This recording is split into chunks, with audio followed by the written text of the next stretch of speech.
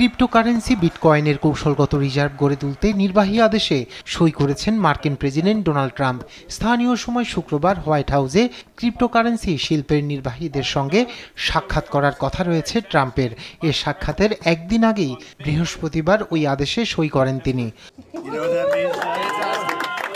ট্রাম্পের নির্বাহী আদেশে অর্থ ও বাণিজ্য মন্ত্রীকে নির্দেশ দেওয়া হয়েছে যে তারা এমন বাজেট নিরপেক্ষ কৌশল প্রণয়ন করবেন যার মাধ্যমে অতিরিক্ত বিটকয়েন সংগ্রহ করা সম্ভব হবে, কিন্তু এর জন্য করদাতাদের কোনো অতিরিক্ত আর্থিক বোঝা চাপবে না। Hello, Bitcoiners.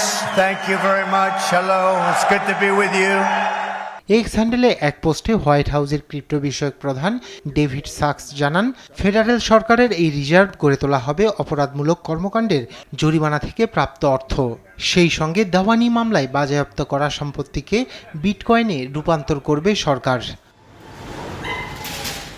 শুক্রবার হোয়াইট হাউসে অনুষ্ঠেয় ক্রিপ্টো সম্মেলনে আমন্ত্রিতরা আশা করছেন এই ইভেন্ট আনুষ্ঠানিকভাবে তার পরিকল্পনার ঘোষণা দিবেন ট্রাম্প, যেখানে তিনি কৌশলগত রিজার্ভে বিটকয়েন সহ আরও 4টি ক্রিপ্টোকারেন্সি অন্তর্ভুক্ত করবেন।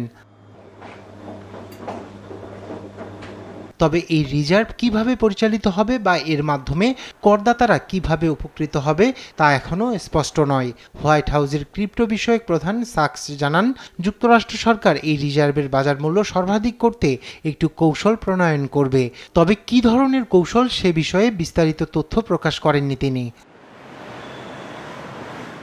ক্রিপ্টো শিল্পকে সমর্থনের কারণেই গেল নভেম্বরের নির্বাচনে ট্রাম্প ও রিপাবলিকানদের সমর্থনে $1 মিলিয়ন ব্যয় করেছে ক্রিপ্টো সংশ্লিষ্টরা।